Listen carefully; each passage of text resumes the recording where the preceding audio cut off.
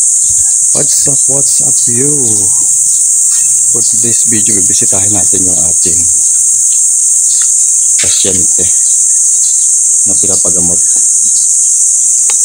dahil matagal na may sakit yun eh. Isang linggo na mga idol may sakit, kaya ating pupuntahan ang ating pasyente. Kawawa naman. Ayan, tambay lang kayo dyan. Nadalawin ang aking pasyente. Agad naman to. Ha?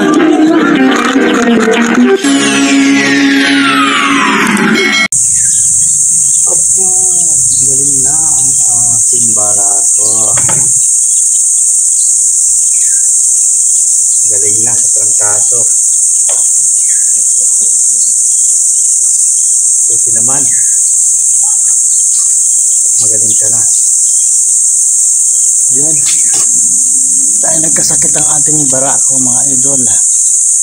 Ating unang pinadoktor.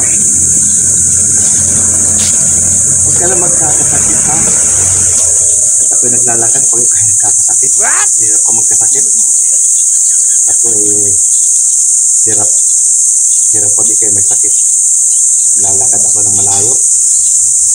Kaya huwag ka na magkasakit.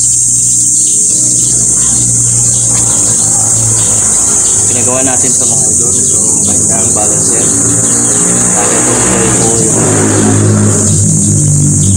dahil hindi naman po original yung ano na yung ditong decompression na local pala yung kahit barako na galing kasal. Natangutin po yung kanyang decompression. Kaya bumili tayo ng original. Pinabit natin dito. Ipapakita ko sa inyo mga idol yung decompression na naka-stock dito.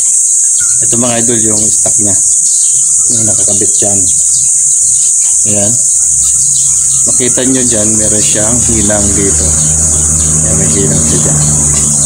At saka malaki ang pagkaiba nila mga idol dun sa original. Yung original kasi buo. Ito may ano siya oh. May hati sa gitna. Kaya madaling masira. At ang nangyari sa kanya dito, naputol yung kanyang isang, ito yung ganito niya, naputol siya dito.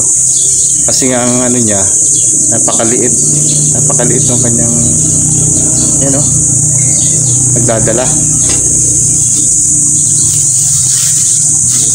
Kaya yun ang naputol.